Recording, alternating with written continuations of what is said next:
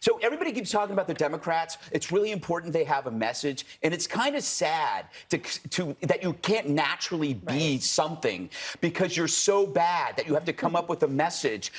The problem with the Democrats isn't their message, is that their party's has fallen apart. Geraldo is right. The Dems have to admit to themselves that oppression theology, non-binary gender, bathrooms, indoctrination education, that stuff doesn't work, right? This is the wake-up call. You have only so much shelf space in your head. And in that shelf space are the adult issues.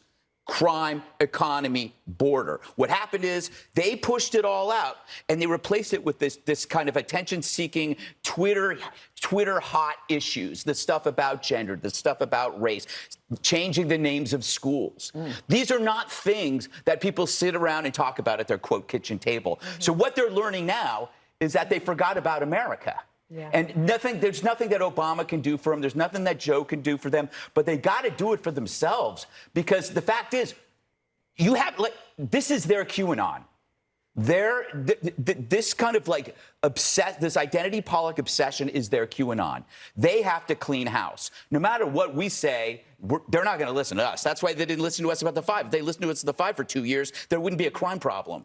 So it's up to them to listen to themselves. Listen to the Carvilles.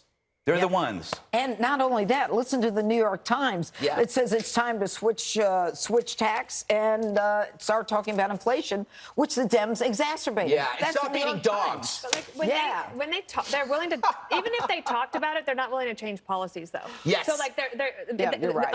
on inflation, they keep saying that Republicans are going to make it worse and everyone else in the world has it just as bad as we do. That's not talking about. They have to actually change the policy. I think the most important person in the failure of the Democratic Party is George Floyd.